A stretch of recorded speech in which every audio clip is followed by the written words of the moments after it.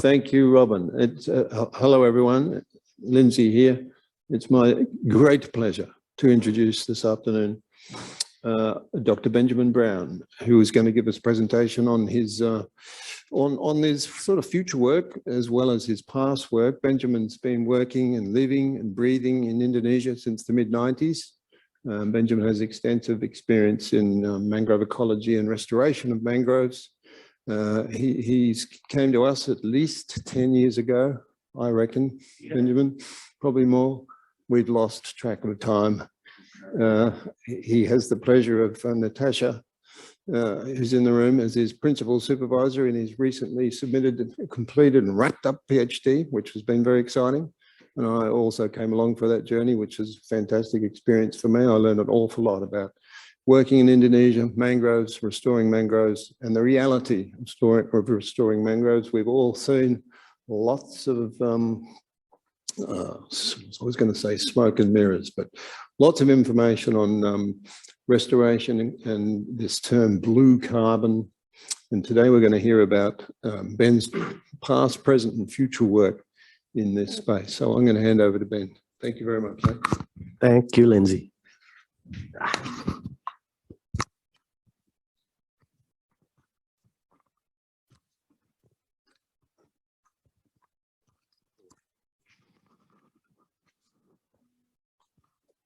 Test. Is that working? Yeah. Okay. People, hello. Good afternoon. Thanks for having me up here. Yeah, I've been here for ages and I've never presented the results of my work. I think I presented in the Northern Institute once, kind of halfway through, a little bit of what I was up to. And today I'm actually, largely going to present some findings, some results of my investigation into restoration opportunity, mangrove restoration opportunity in two sites in Indonesia, and a little bit of a segue into the work I'm doing now and actually the bigger work that's taking place in Indonesia. There we go. Oh, very fast. Okay. So, and I just realized I don't talk about mangrove restoration or show any pictures of actual restoration throughout this whole talk. So you have to envision that yourselves. So this is, there's a lot of people who've looked at mangrove cover and loss across the world in the last decade or so. I'm just showing mangrove, Global Mangrove Watch's information, and in their findings between 1996 and 2016, they show that Indonesia, who has the world's largest amount or cover area of mangroves, has also lost the most mangroves, unfortunately. In those 2 decades that they investigated, about 173,000 hectares of loss. And that's at a rate of about 0.26% of its total estate per year. So every decade, 2.5%. Other people have found sort of in the 1990s, the rates were 2 to 3% loss over that decade. And then the loss rate sort of reduced in the next decade, maybe because a lot of the low-hanging fruit to convert was already converted. Reasons for that conversion, there's also various people who've untangled this. We often see Richards and Free's work here showing some of the drivers of mangrove loss. Here I'm taking a figure from Goldberg in 2020 in Global Change Biology. And it's sort of showing that amongst the drivers of loss in Southeast Asia in general and Indonesia specifically, the majority of loss is due to conversion for usually single commodities. So like aquaculture, mangroves turned into brackish water aquaculture for the production of really just 2 species, shrimp, maybe 1 or 2 or 3 species, and milkfish, chanos. And lately there's mangroves are being converted to oil palm from the terrestrial side, from the back end, with some hydrological retrofitting. Let's see, and this is what a lost mangrove looks like. This is from my study site in Gorontalo, the island of Sulawesi. And here, transmigrant fish farmers have come up to a different province built dike walls really quickly around a mangrove area of around 20 hectares, kept the water inside for a couple weeks, which effectively drowns the mangroves, the adult mangroves. And then they leave the wood inside or take some out for fuel wood. Sometimes it's all cleared and sold for fuel wood, and raise shrimp or fish in this ring ditch around the edge of the mangrove. And the center plane is usually still kind of flat and is not always submerged with water. So they're really just destroying a big area of mangrove to raise fish in this little ring ditch around the edge. And it's not a very efficient or productive practice mostly. It's an extensive aquaculture type. What else did I want to say about that? Anyway, to reverse this trend of mangrove loss and degradation, rehabilitation has been recommended. And there's some really big initiatives going on out there. The Global Mangrove Alliance states as its goal to increase global mangrove cover by 20% before 2030. So 3 million hectares worldwide of mangrove restoration out of there's about 14 million hectares of mangroves worldwide right now. They say there may have been up to 24 million hectares at one point, but they're thinking of, restoring or rehabilitating 3 million hectares. The Indonesian government also has put out a series of recent, very high politically motivated targets for mangrove restoration of all of their degraded mangroves by 2045, 1.82 million hectares, degraded and deforested mangroves. And up until now, they'd only been doing, I think Danny Mudiarso, who's might be online right now, just published an opinion piece in Compass a couple of days ago, saying that their normative targets were 1,500 hectares of mangrove restoration a year. And even that they weren't achieving necessarily.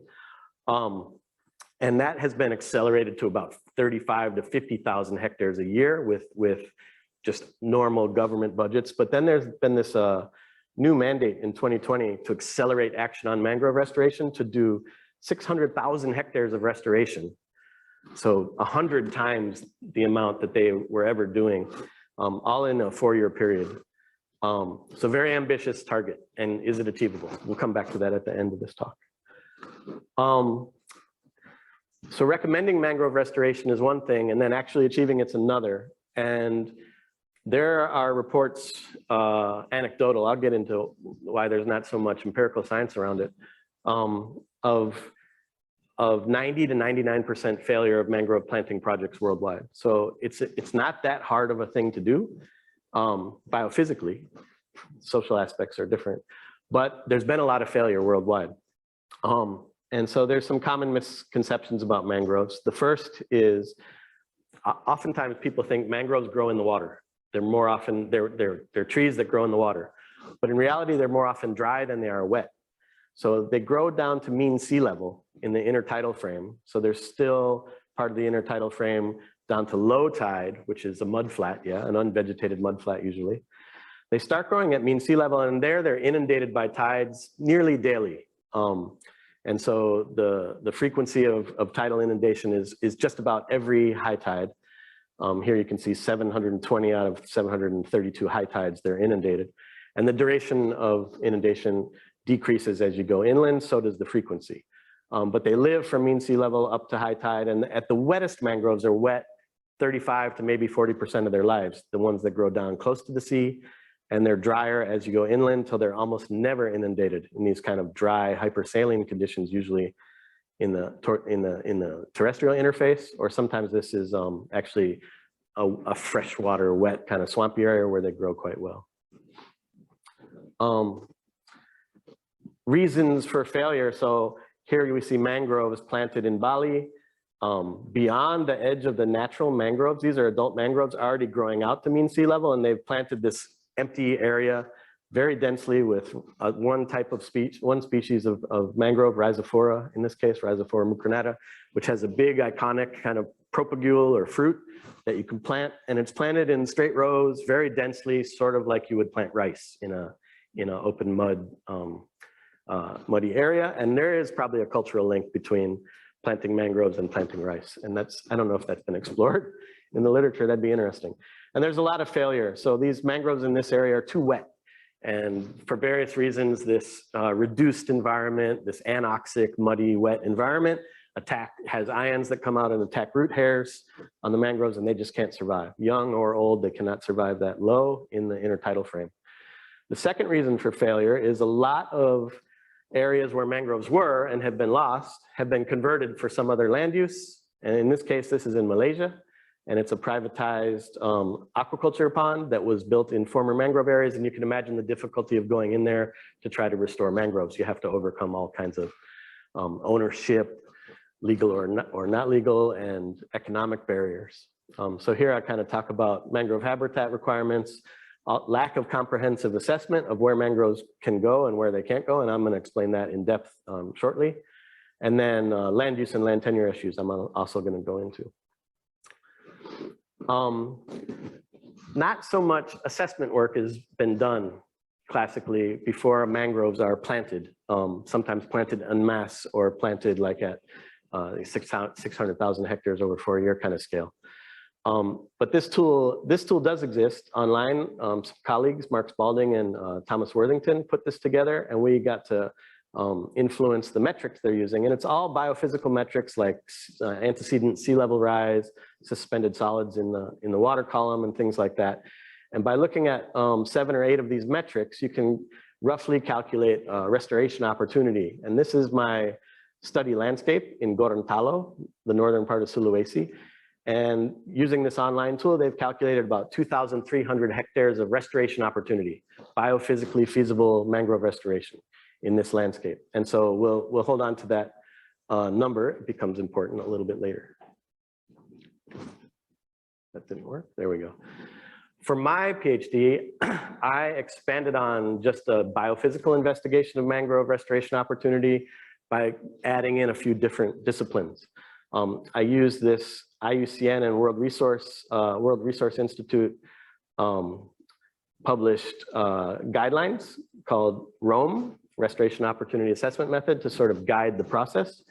And we adapted it quite a bit and looked at biophysical restoration opportunity, but then also economic, cost and benefits, policy, 2 things I'm not going to go into great detail on today, and largely stakeholder sort of willingness or stakeholder opinion, yeah, which we captured, which became clarified during opportunity mapping workshops. So a series of opportunity mapping workshops, multi-stakeholder, stakeholder-driven process that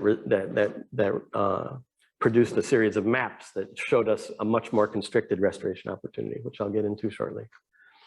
And Rome is sort of a combination of a lot of these multi-stakeholder meetings, people who live, you know, fish farmers, villagers, people from the surrounding area who live with the mangroves, make their living out of mangroves, other local stakeholders from government, academia, NGOs, private sector, getting together and mapping out where restoration can or should take place and where it can't, and also some new science to inform the process. So my 2 research landscapes, this is the first one. It's Pohuatu district in Gorontalo province on the northern part of the island of Sulawesi in Indonesia. Beautiful place, very biodiverse. The water gets quite deep offshore really quick. There's coral reefs around here. And this was in 2000, all the pink represents mangroves, and there were about 8,000 hectares of mangroves in 2000, right at the time of the economic crisis. By 2015, 5,000 hectares had been converted to aquaculture. And this area is in 2 forest governance regimes. The section on the west is actually a strict nature reserve. No economic use can take place here, ostensibly. And this other section is a protected forest, an integrated forest management unit for protection purposes. So regardless of the forest governance status, conversion has taken place, driven by a lot of things, which I may get into shortly. The second landscape I looked at in Java, north central Java, in Demak, the district of Demak and the city of Demak, was converted much earlier.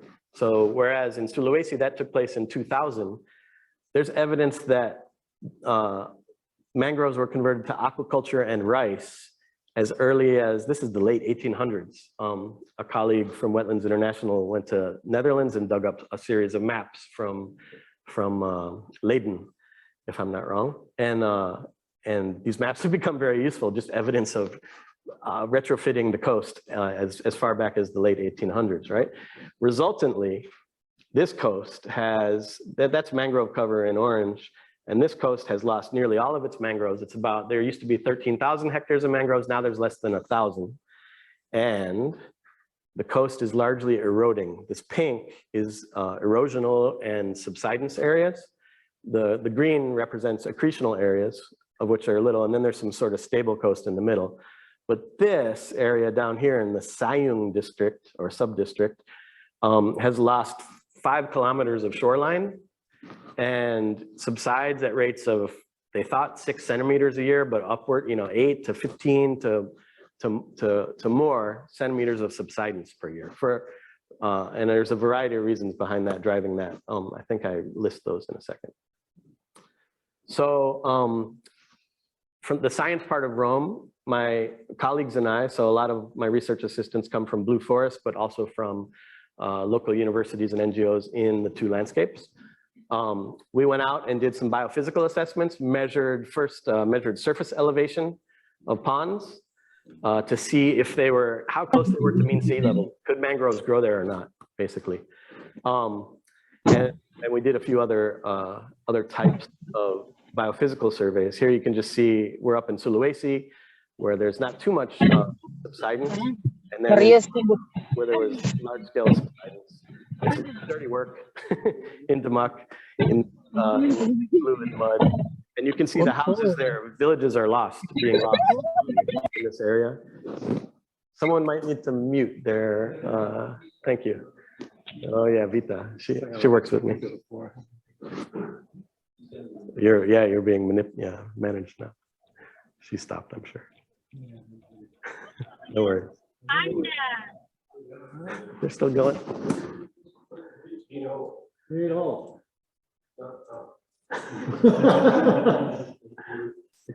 Okay, no worries. So yeah, whole villages are lost, and we like mangroves, but they should not be growing in your house, right? All right, so here are some of the findings, quick and dirty. In the Gorontalo site, there was not much subsidence, an average of about a mean or median, I think it was a median of 4 centimeters of below mean sea level, the surface elevation. So with a little bit of extra sediment or dirt or substrate, you could grow mangroves there again. In Demak, the median surface elevation was 33 centimeters below mean sea level. So very far below. You would have to add a lot of dirt and then keep it there somehow in order to grow mangroves again. So that becomes a barrier, that becomes a problem. We also measured historical mangrove species and community associations, and in the Demak site in Java, there was a lot of loss from this many species down to this. In Sulawesi, not so much loss. So you lost a lot more mangrove species and community types, community associations in the Java landscape than in the Sulawesi landscape. Finally, an analysis of landscape modifications which have taken place, which inhibit natural secondary succession of mangroves. And in Sulawesi, there were a couple that were identified by stakeholders and experts, just 3. In Demak, there were numerous landscape modifications which inhibited natural mangrove like regrowth in that area. So just listing those kind of things. And in trying to visualize the results, I used this generic resilience curve that is often kind of pictured in resilience theory, where a system state, like a mangrove ecosystem or a social ecological system sometimes, is intact up here on the high left, has a high level of high value ecosystem services. And are those accesses correct? Yeah, I guess they are. But here we're looking at the Tanjung Panjang landscape, and over time it was, it lost some surface elevation down to 4 centimeters, but it may not have crossed a significant threshold. It may be repairable. But the Demak landscape has gone way beyond 1 or maybe more than 1 thresholds at 33 centimeters below mean sea level. Here also I've depicted the species and the community associations crossing a threshold, right? based on the landscape modifications in Demuck, the system since the late 1800s may have crossed multiple cascading, they call them, thresholds, becoming worse and worse over time. So from a mangrove ecosystem turning into a mangrove aquaculture rice ecosystem, then into just mangrove green belts because most of the interior mangroves were gone. So mostly aquaculture and rice. Then aquaculture, rice was lost because subsidence and sea level rise and salinization, and you could only have aquaculture. And at this point, we have just a low intertidal mudflat and subtidal mudflats, real hard systems to even walk or crawl in. And mangroves cannot exist at this when the coast is this wet, right? So that the Demuck system has crossed multiple thresholds. That being said, we also, I also interviewed practitioners, restoration practitioners, to learn of their experiences around Indonesia, restoring mangroves. And they're not, a lot of people had just planted, but some groups, some practitioners had done quite good mangrove restoration, hydrologic restoration, and ecological restoration, and different ways to control erosion. And we listed these down in meetings, and then kind of self-evaluated our own capacities to address mangrove restoration. And practitioners felt they were able to address most kinds of mangrove restoration issues. So they gave themselves these green scores as opposed to red scores in their capacity, in terms of their capacity. And so from a biophysical standpoint, there are some issues in the landscapes, but if you add practitioners' capacity to address those with restoration, 100% of the aquaculture area in Gorontalo and 80% of the Demuck landscape, except that drastically subsiding area, is restorable. So you could restore it. So restoration opportunity, given our practicing capacity, is actually kind of high. And again, I tried to capture sort of a list of options, of restoration options based on the state of the mangroves in the landscape. If you have using this resilience system state and threshold kind of curve, if your system is intact, you don't have much to do. You can maybe enhance it a little bit. Maybe you're missing a species or something like that, and there's some enhancement. Maybe there's a culvert in the way that's undersized, that's not allowing water exchange, and you can replace that with a bridge or something. A slightly degraded system, you can maybe identify the stressor and remove that. I've done a paper with my mentor on this, like identifying mangrove heart attacks, hydrological heart attacks, and early stress removal or preemptive rehabilitation. If a system's already crossed the threshold, the options are rehabilitation back to a functional system, restoration if you really can invest a lot and get it back to its original state. That's really hard to do. It's possible, but that's the difference between restoration and rehabilitation. Or this option, this management option is called intentional transformation. So here, maybe in Demuck, the stakeholders were like, well, we'll never put all these ponds individually owned back into mangroves, but maybe we can enhance the green belt and protect the area better. So they're trying to transform that area into aquaculture, mangrove agroecosystem again, crossing a single threshold. And if you don't do anything, business as usual, you'll just keep degrading. And that's unintentional transformation, where maybe your aquaculture, mangrove agroecosystem becomes a subtidal mudflat. Yeah, and that's not valuable, not what you want, a suboptimal outcome. Okay, I'll take a breath. How much time I have? Cool. Yeah, I don't have too many more slides, but I seem to be tangential and long-winded. All right, I'll try to stay on track. The second part of the investigation, beyond the biophysical, is the suite of social, economic, political, somewhat cultural, governance, and other factors, yeah, that influence restoration opportunity. So what people think, what people will allow, because you can't do restoration even if it's biophysically feasible if people don't let you do it, right?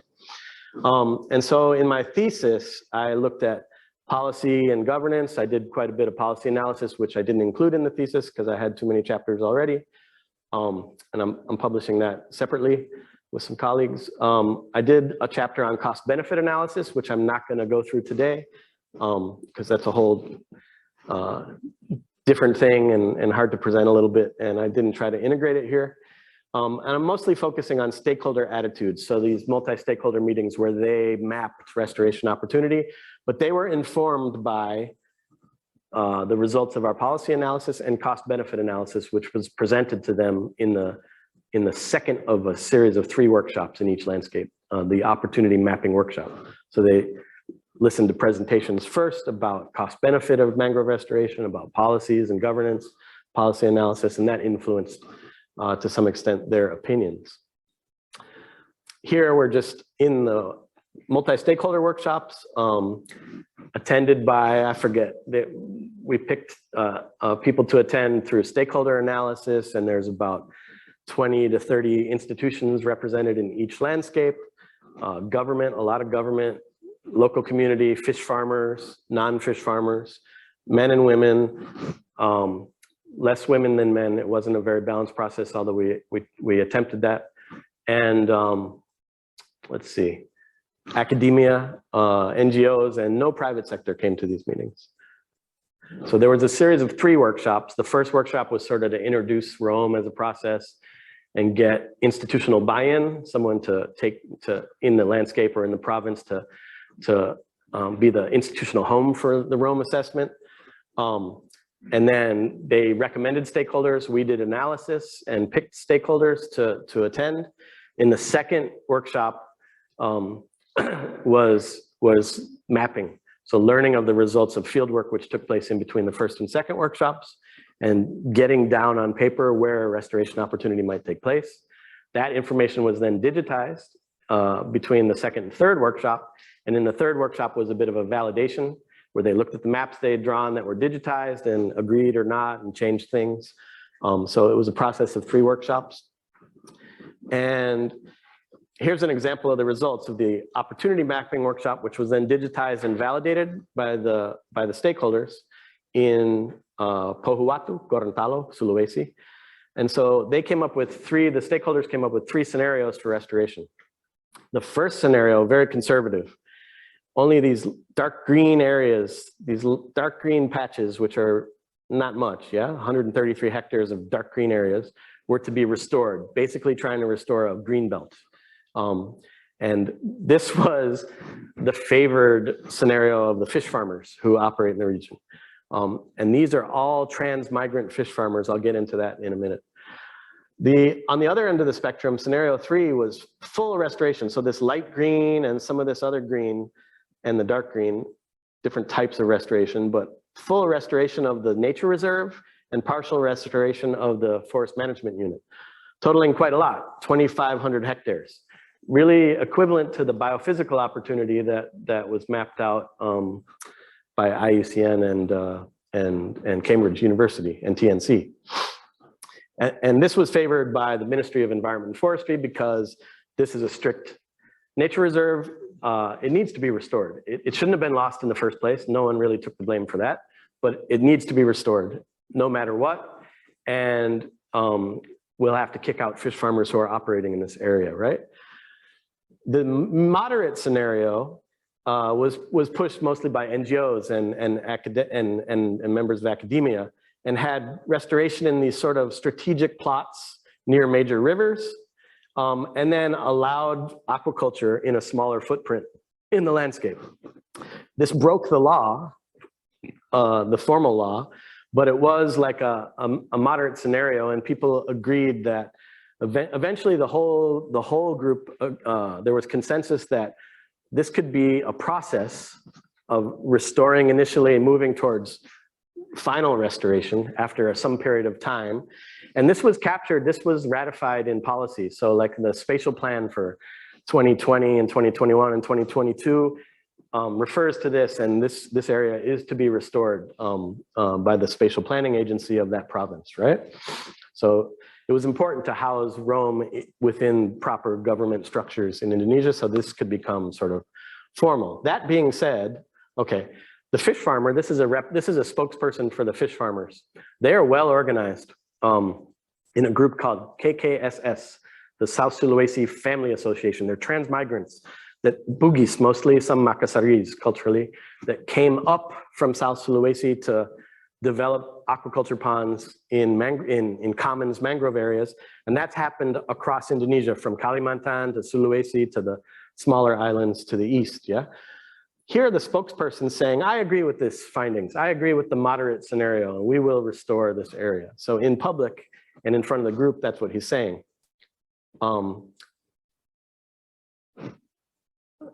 I'm going to get to this soon. So let's not forget Pak Muhammad Nair here. I'm going to show this. In the other landscape, restoration opportunity was much smaller, only 50 total hectares that people wanted to give up. They own these ponds, whereas the people in Gorontalo had illegal or informal use of those ponds. The people in Java own the ponds and were much less interested ultimately in restoration, only allowing 0.4% of the landscape to be restored, right? Represented by these little green areas. Pink is existing mangroves, green is where they'll allow restoration. Yellow and blue is actually where they want investment in more aquaculture. So they were much more interested in continued aquaculture than restoration. Back to Muhammad Nair's kind of position, like, yes, we're willing to restore. But the rubber hit the road, so to speak, when we were offered 6 to 8 million euros to do the restoration, to do at least scenario 2 and maybe scenario 3, the moderate or the very progressive restoration scenario, from a private, from Danone, yeah, from the Livelihoods fund in several companies in France that do CSR. But they wanted all that restored in a time period of like 3 to 6 years, a very short time period.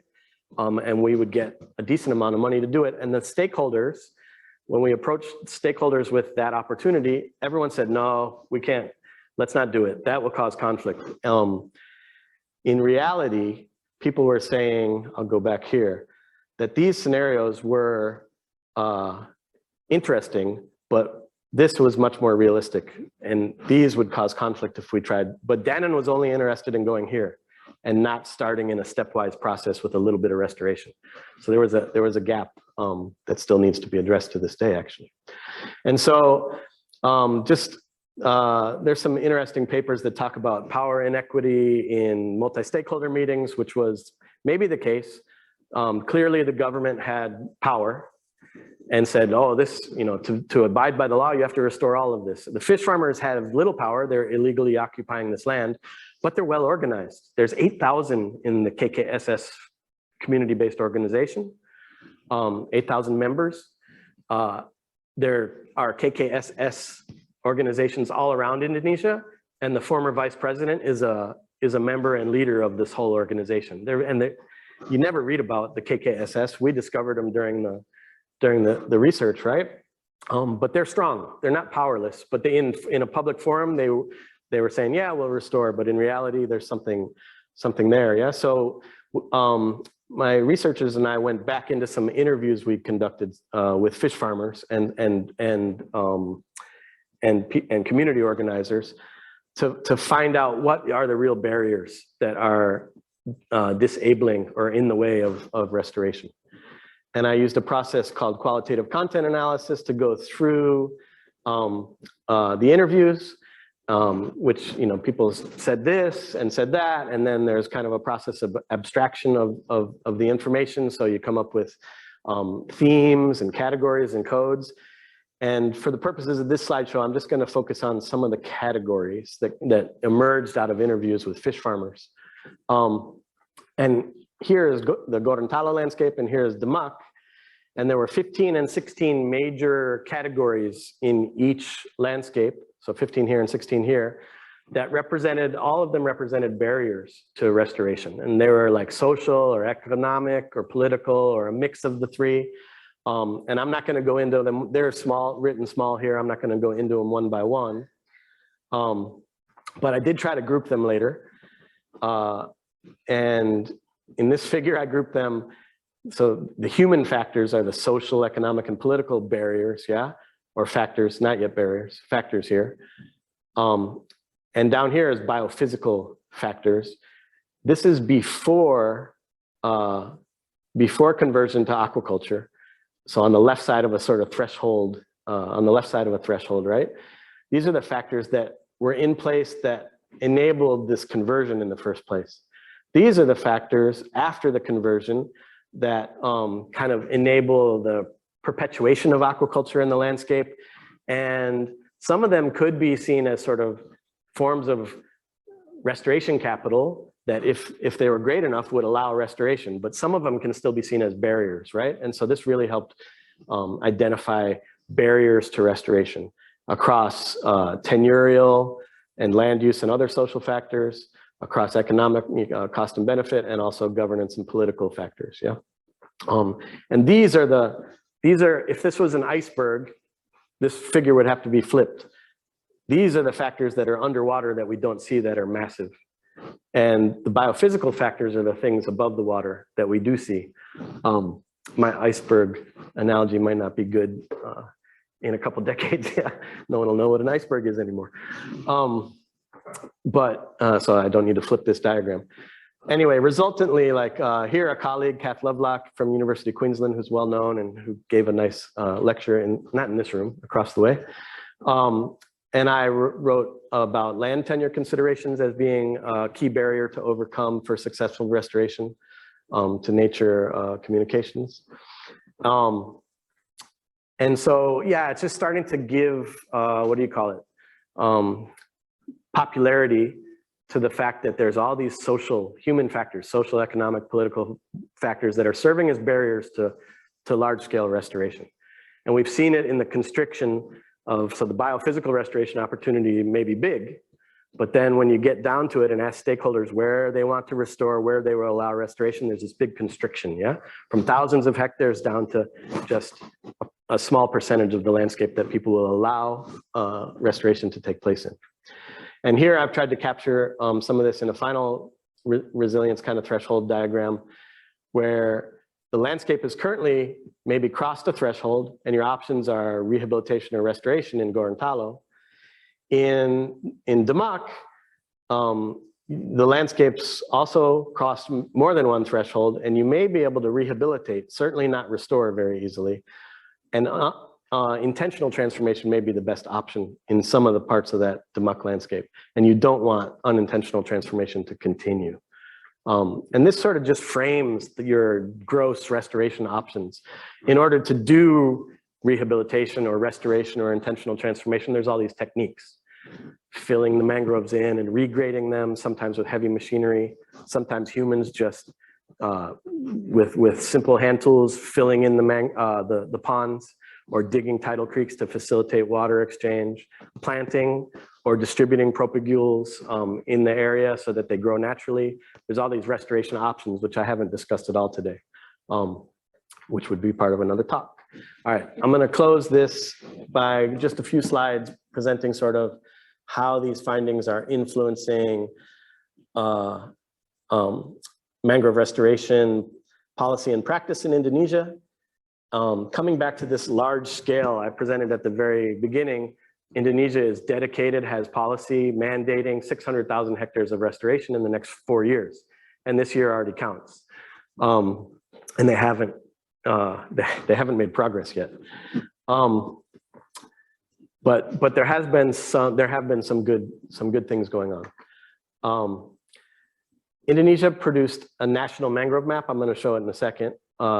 So I won't discuss that too much more, but basically showing where mangroves are, where they're degraded, and where they're deforested, yeah, and where there's some potential also mangrove habitat that's that they don't consider mangroves yet. I'll explain that in a second. And they have sort of an integrated approach. This is all in Indonesian. Some of us can read it, not everyone. I think a few people in here probably can read it. So as part of their big strategy is the 600,000 hectares of rehabilitation and nursery rearing, it says here, pembibitan, which is a bit of an issue. Blue carbon, collaboration with private sector and with international actors, strong community development, so livelihoods work and ecotourism and some things like that, and the creation of a mangrove center, which is happening like a global mangrove center. So rehabilitation fits in this suite of activities. What they didn't depict here, this was just presented yesterday by the Coordinating Ministry of Maritime Affairs and Investment. they forgot to depict mangrove conservation. There have been a lot of recent findings. Daniel's article 2 days ago in Compass, also the World Bank did a study that conservation is about 6 times more efficient at achieving the things we want to achieve with mangrove management, benefit to communities, blue carbon, mitigation outcomes, things like that, than restoration. So it's more efficient, more effective to conserve than it is to restore. And initially, Indonesia only considered this large restoration effort, 600,000 hectares. But in working with the World Bank now, who will be the largest donor, not the largest provider of funds, finance, because it's going to be a loan, a $400 million loan and a $20 million grant to undertake this work in 4 provinces. They've sort of switched the government off of just restoration into conservation as well. So across 4 provinces, there will be significant investment in conserving existing mangroves, which is good news. The last couple slides, here are the maps. So healthy mangroves are in pink on this map. Moderate mangrove coverage, like 20 to 70% mangrove coverage is in green, and less than 20% is in yellow. And most of Indonesia's mangroves, according to the government, are in this good condition, pink.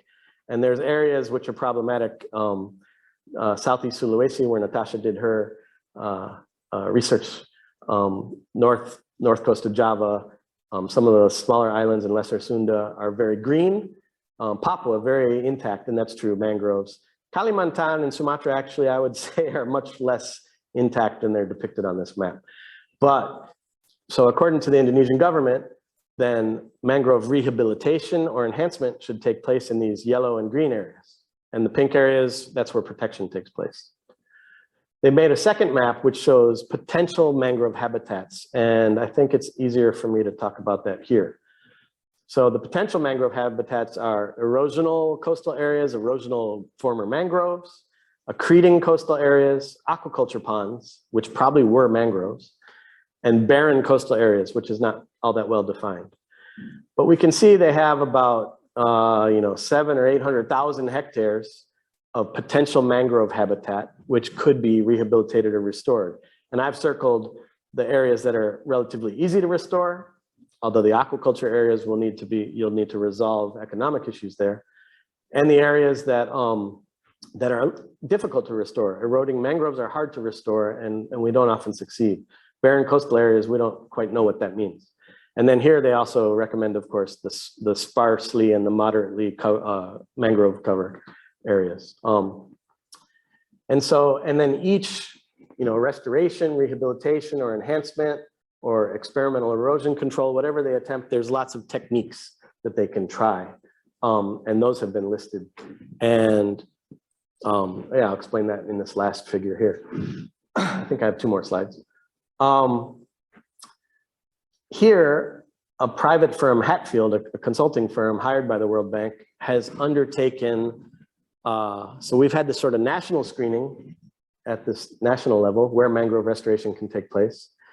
They've undertaken subnational screening, looking in each landscape and trying to understand and match it with the categories on the national map, where barren land is, where low density mangrove, medium and high density mangroves are, where there's erosional mangroves and where there's ponds, and mapping that out to further inform where restoration or rehabilitation can take place. And then there'll be a final kind of screening at this subnational level, identifying which areas will need investment in addressing social and economic issues, and which ones are sort of low-hanging fruit and can be restored rather quickly. And on the left side here, I sort of write down this new process that Indonesia is using. Instead of just planting massive areas every year annually like they used to, there's a much more thoughtful process now to restore mangroves. The national and subnational screening, leading to the creation of technical plans by the government. But then there's this level of village mapping and assessment and training so that they can develop plans in line with the government's technical plans, but there's a feedback mechanism. They can actually alter the government's plans based on local information. And that's a really big step that didn't used to take place.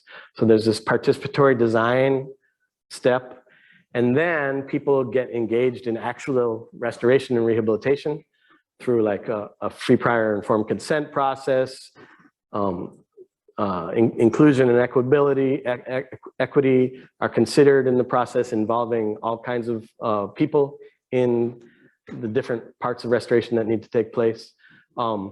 There's also new techniques allowed now by law, like hydrological restoration, where you fix the way water flows in and out of the mangroves. That didn't used to be a technique that Indonesia would allow, but now it is. So digging a tidal, recreating tidal channels, or recreating slope in mangrove restoration areas. There's cost codes now and policy and regulations for how to do that. That's a new thing that's come out of this. And then much more rigorous monitoring after the fact. So participatory monitoring, but also academic monitoring. And those systems are being developed right now.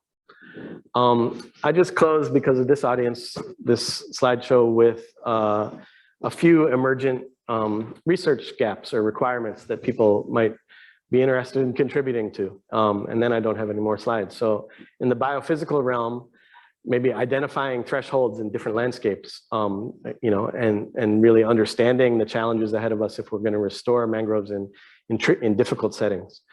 Accurate remote identification of where mangroves belong between mean sea level and high tide. Some researchers in Australia have called that the accommodation space. So that's a gap that we can't accurately measure that from space yet. It's even hard on the ground sometimes. The impact of hinterland land use on mangrove ecosystems. I just came back from Indonesia a month ago, from West Kalimantan, in a big area, 600 hectare area of die-off we found. And we don't know why yet, but there's an oil palm plantation further inland, and we're guessing there's some hydrological issues.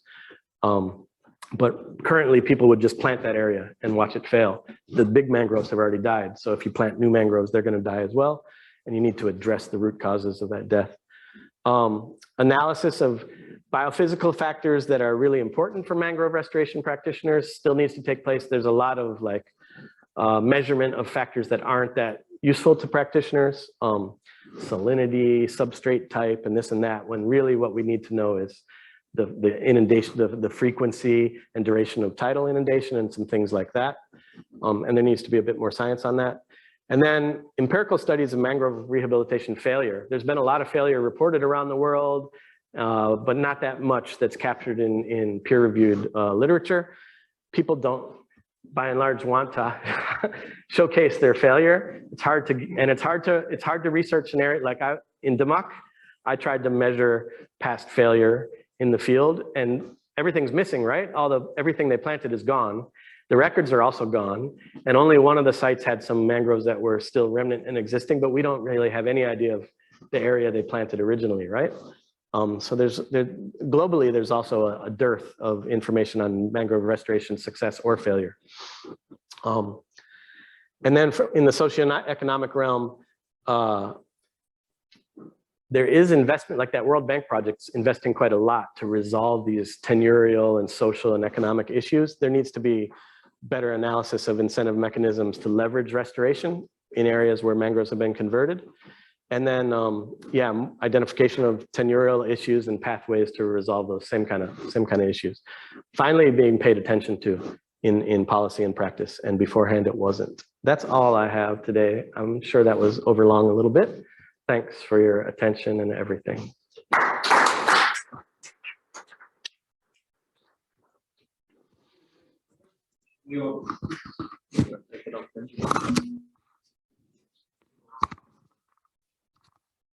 We got two houses to go. Everyone might be broken. Drew has got a question for Benjamin. Natasha. Sure. I've got one, Benjamin. How do you explain a 33 centimeter drop in the coastal landscape in Demak? Oh, yeah. What's driving that? So, a lot of things. It was in a table in really tiny writing, but I'm going to go off the top of the head and try to remember.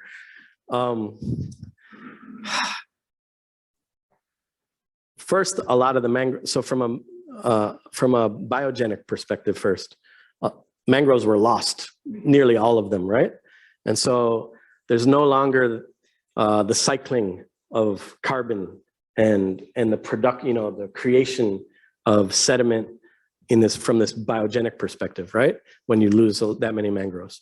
From a minerogenic perspective, like sediments and other things coming into the system geologically, so there's been a lot of disturbance. Sand mining in the rivers, sand mining along the coast, a lot of hardscaping. So the city of Semarang next to Demak is all industrial. And so they've hardscaped that area. And then the currents and waves start to erode Demak, which is adjacent to it, things like that. A lot of people in Java also taking water from the aquifer. So you've supposedly had aquifer collapse in that area. Maybe some sea level rise added to the picture. So a lot of contributing factors, right? And that's sort of over time what's driven the system across several thresholds to the point where that one district right next to Semarang, a very big city, Java's third biggest city, Jakarta, Surabaya, Semarang, yeah? So the Sayung district is right next to that where it's fully industrial developed. And I think it's no coincidence that that is the district that has sunk, yeah.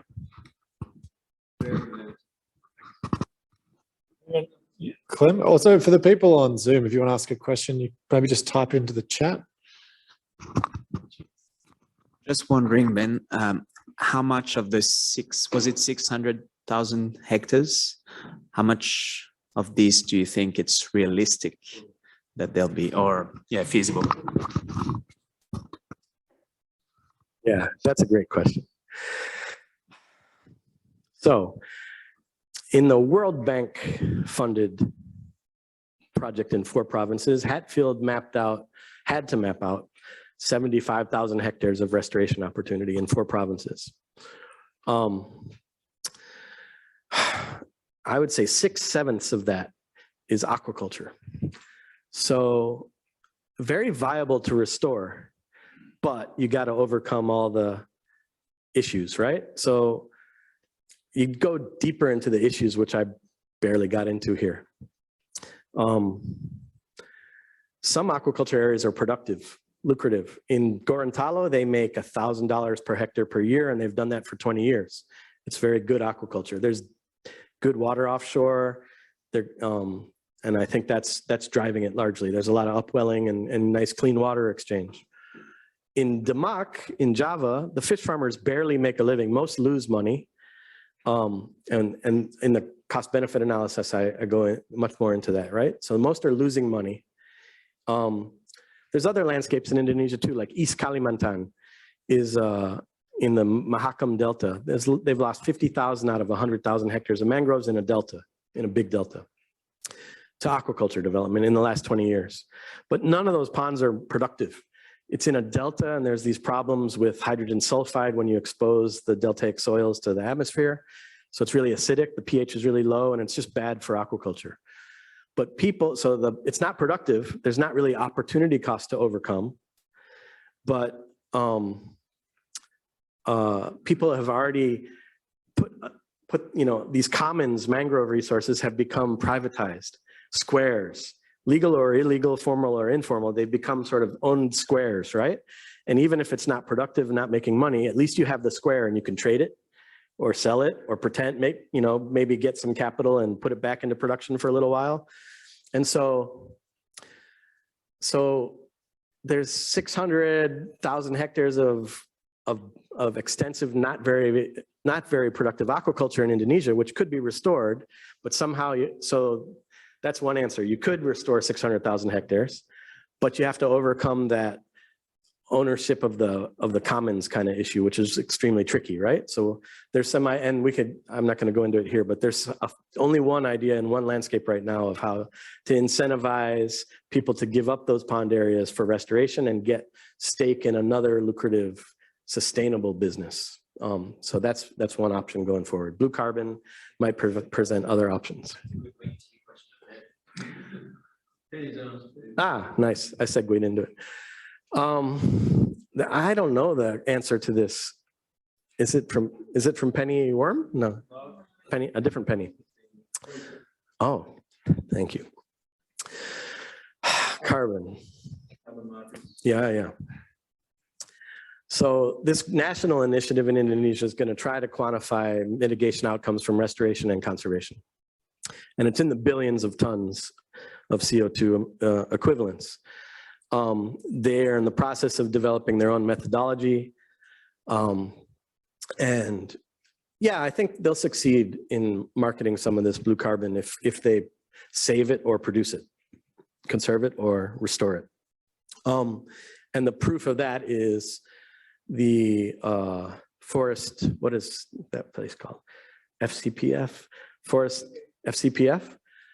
In East Kalimantan, and in Jambi also the province, there's been carbon markets developed. Hold it closer. I'll put it down. Flip it. I don't know. So they've already achieved their goals in East Kalimantan of reducing emissions from deforestation and degradation. 2 years early, they achieved this year what they set out to do. So there's some hope, and that stuff's being sold on the market at I think $5 a ton only, because that was the agreement back then. And the World Bank put that together and had a group of buyers who, and that still contributes to NDCs, and only 5% of the actual carbon asset is sold. That model worked, and they're developing new models that will consider voluntary markets later, but primarily contribute to NDCs, and Indonesia will be selling the asset. So I think blue carbon will incentivize it, but will it be enough to convince fish farmers, and will it, to stop fish farming or allow for more mangrove restoration? Are there alternate livelihoods to do while you're accepting some carbon money?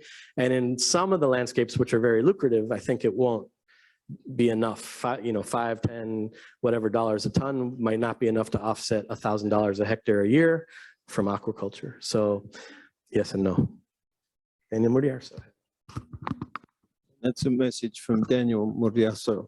Thank you. Well done, Ben. He has to go. One more question. Any? That's a very good answer, though, Benjamin, to an extremely complicated problem. Because there's no more burning issues, maybe we'll sign off at beer o'clock nearly at least. I'd like to thank Ben for a very impressive talk. As you can see, it's a very dynamic research area. It's happening now. You've got a very enthusiastic interest from the government of Indonesia. And I can't think of a more perfect real-like research program with an enormously important livelihoods and social component, as well as a biophysical component, bolted together, where Ben is now trying to solve some real-world problems as you've seen the scope and the size of the problem in Indonesia. But there's potentially some hope for the future. So on that happy note, I'll sign off and thank Ben. If you could please join with me in thanking Ben.